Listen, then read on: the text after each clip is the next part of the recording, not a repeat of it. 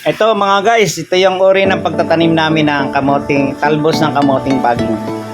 Ang pagtatanim namin nito, ganito lang, malilimit lang kasi ang kukunin dito ay mga talbos.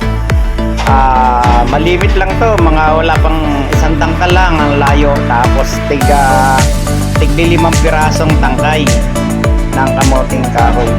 Ito, sa tabi ng aming bahay, kararating ko lang noon nung aking itinanim to. Tulong ko yung mga apo ko, yung mga pamangkin, ayan, tabi ng bahay yan. At bali merong sumobrang 4 na bandel na paninda ay nakakapanghinayang na hindi ko itatanim at kasi masisira lang. Kaya ang ginawa ko, nagganito lang ako sa tabi ng bahay. Tabi lang ng bahay yan.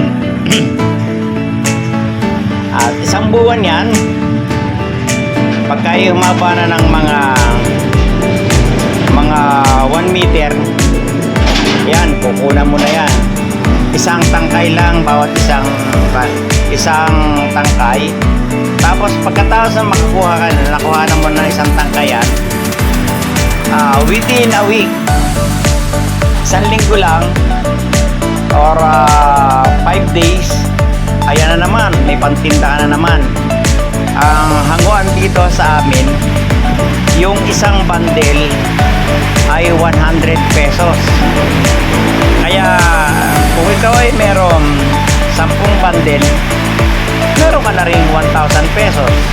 Kaya yan ang aming gawain na aking mga narito sa bahay, mga sila, pansarili nila yan, hindi na ako nakikihatid yan. Tapos yan, may kalamansi yan ako dyan.